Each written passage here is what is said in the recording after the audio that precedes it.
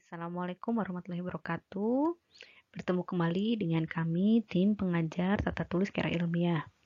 Pada video kali ini, kita akan membahas tata kalimat yang berkaitan dengan kalimat taksa. Kalimat taksa adalah kalimat dengan makna tak tunggal atau kalimat yang mengandung banyak makna.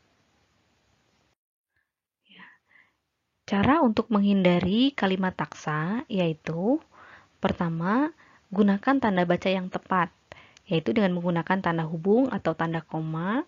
Dan yang kedua, gunakan diksi yang tepat atau ubah struktur kalimat. Perhatikan contoh kalimat taksa berikut ini. Ya. Lukisan Tisna Sanjaya dipajang di Galeri Sumarja. Nah, kalimat ini bisa mengandung 3 makna. Apakah lukisan karya Tisna Sanjaya atau lukisan diri tulisan wajah Tisna Sanjaya atau lukisan milik Tisna Sanjaya.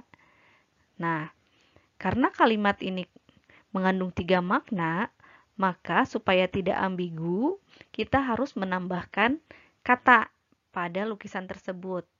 Apakah memang lukisan tersebut karyanya, atau misalnya lukisan karya Tisna Sanjaya dipajang di Galeri Sumarja, atau lukisan diri Tisna Sanjaya dipajang, atau lukisan milik Tisna Sanjaya dipajang, sehingga makna kalimatnya jelas. Nah, pada contoh yang kedua, dalam penelitian rekayasa genetika itu dibutuhkan 3 ekor tikus. Nah, ini juga ambigu, ada 2 makna. Apakah dibutuhkan tikus 3 ekor atau dibutuhkan ekor tikus? Nah, supaya kalimatnya tidak ambigu, maka kita harus mengubah strukturnya. Seperti ini. Jika yang dibutuhkan adalah tikus semuanya dengan kepala-kepalanya, maka disebutkan dibutuhkan tikus 3 ekor. Tapi jika yang dibutuhkannya hanya ekornya, maka disebutkannya dibutuhkan ekor tikus 3. Seperti itu. Perhatikan contoh kalimat taksa berikut. Dari keterangan yang diberikan penduduk desa itu belum pernah diteliti. Nah, kalimat ini termasuk kalimat taksa karena dia bermakna ganda. Yang belum pernah diteliti itu apakah penduduk desanya atau desanya yang belum pernah diteliti. Nah, supaya kalimat ini tidak taksa, kita bisa menambahkan koma. Perhatikan perbaikannya. Dari keterangan yang diberikan penduduk, desa itu belum pernah diteliti. Dari kalimat ini menjadi jelas maknanya bahwa yang belum pernah diteliti adalah desanya. Kemudian perbaikan yang kedua. Dari keterangan yang diberikan, penduduk desa itu belum pernah diteliti. Nah, dalam kalimat ini, yang belum pernah ditelitinya adalah penduduk desanya. Perhatikan juga kalimat berikutnya. Nah, penyidik akbar itu benar-benar seorang pakar hukum. Nah, di sini pun kalimat ini adalah kalimat taksa. Karena apakah penyidik yang bernama Akbar atau penyidik yang sedang menyidik Akbar? Nah, supaya kalimat ini tidak taksa, kita harus mengubah struktur kalimatnya sehingga dia memiliki makna yang tunggal. Nah, perhatikan perbaikannya.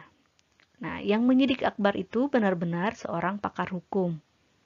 Jadi di sini jelas bahwa yang dimaksudnya adalah orang yang menyidik Akbar, bukan penyidik yang bernama Akbar. Oke, perhatikan kalimat selanjutnya. Tahun ini SPP mahasiswa baru dinaikkan. Nah, ini juga ambigu. Apakah yang dinaikkan itu hanya untuk SPP mahasiswa baru atau semua SPP mahasiswa baru dinaikkan? Nah, perhatikan perbaikannya. Di sini kita bisa menambahkan tanda hubung supaya jelas yang dimaksudnya. Misalnya pada perbaikan kalimat pertama. Tahun ini SPP mahasiswa baru dinaikkan. Nah, baru yang ada di sini dia menerangkan mahasiswanya. Jadi, yang dinaikkan hanya SPP mahasiswa baru. Sedangkan pada perbaikan yang kedua, SPP mahasiswa tahun ini baru dinaikkan. Nah, barunya ini dia menerangkan dinaikkan. Jadi dalam kalimat yang kedua, semua SPP mahasiswa dinaikkan baru pada tahun ini. Seperti itu ya. Perhatikan contoh soal matematika berikut. Nah, pada kata ini terjadi dua makna. Ini bisa bermakna 22/5 atau 22/5. Nah, supaya tidak bermakna ganda, kita bisa menggunakan tanda hubung. Misal, jika yang dimaksudnya adalah 22/5, maka letakkan tanda hubung di antara kata 20 dan 2. Karena tanda hubung ini menyatakan bahwa ini adalah satu kesatuan.